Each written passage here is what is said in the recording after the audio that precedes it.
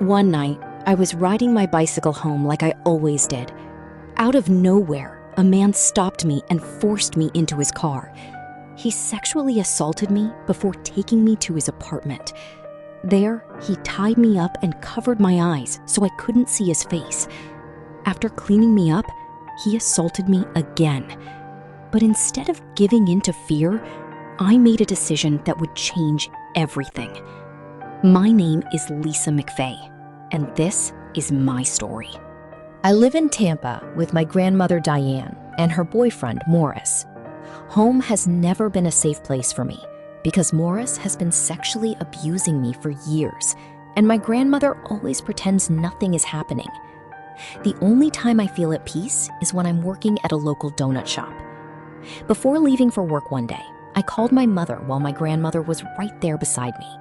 I asked if I could come and live with her because I couldn't take my life anymore. But instead of helping me, she told me to stay where I was and help my grandmother. Even though she wasn't kind to me, I was happy to hear my little sister's voice before ending the call. After hanging up, I went to work like it was any other day, never imagining my life was about to change forever. Late that night, after finishing my shift, I got on my bicycle and started riding home. The streets were quiet until a car suddenly pulled up beside me. Before I could react, a man grabbed me, forced me into his car, and drove away. I fought back, but I wasn't strong enough. He assaulted me before taking me to his apartment, where he blindfolded me, tied me up, and held me captive. I had no idea who he was, and I truly believed I would never make it out alive. While I was trapped inside his apartment, my grandmother eventually reported me missing. She told the police she thought I had probably run away to my mother's house. The officers contacted my mother and asked if I was with her. She told them I wasn't there, but she assumed I had probably run away somewhere and would eventually come back. No one realized I was actually being held captive by a stranger. Back inside the apartment, I knew fighting him wasn't an option. He was much stronger than me. Then I noticed something. He kept talking about his past and how women had hurt him. Instead of arguing or begging, I pretended to understand him. I listened to everything he said, spoke to him calmly, and slowly earned his trust. But while he thought we were bonding, I was secretly collecting evidence. Every chance I got, I touched different surfaces in the bathroom, leaving my fingerprints behind.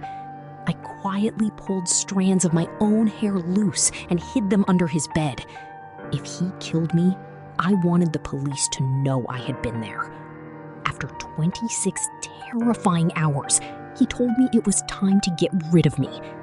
He drove me to a secluded, wooded area, pointed a gun at my head, and I honestly thought those would be the last moments of my life.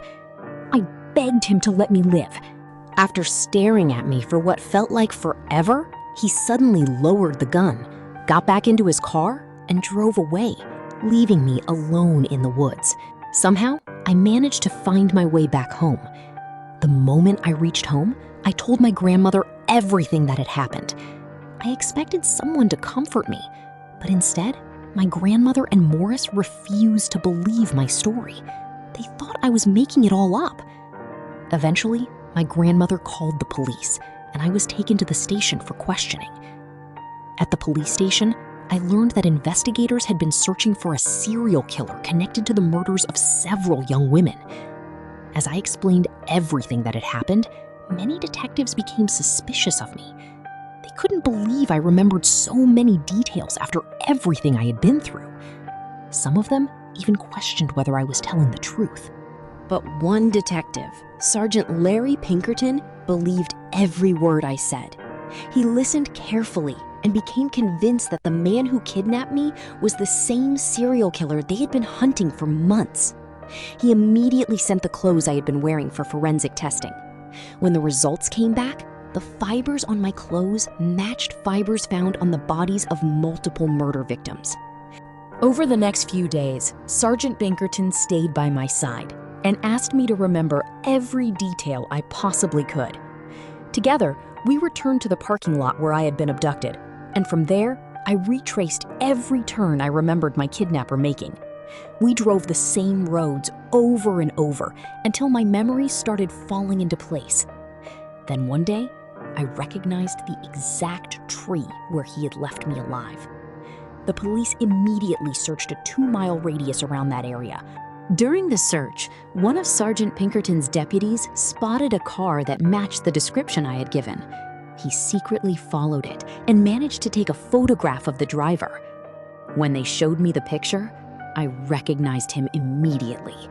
He was the man who had kidnapped me. With that identification, the police obtained a search warrant for his apartment. Inside, they found the fingerprints I had intentionally left behind in the bathroom and the strands of hair I had hidden under his bed. Every piece of evidence confirmed my story.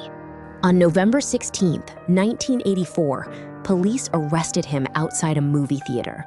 Only then did I finally learn his name, Bobby Joe Long. After everything was over, I told Sergeant Pinkerton about the abuse I had been suffering at home. He made sure I was removed from my grandmother's house, and Morris was later arrested for abusing me. Sergeant Pinkerton arranged for me to stay in protective housing until a better place could be found. Eventually, he even offered me a place in his own home. But I thanked him and decided to start a new life with my Aunt Carol and Uncle Jim.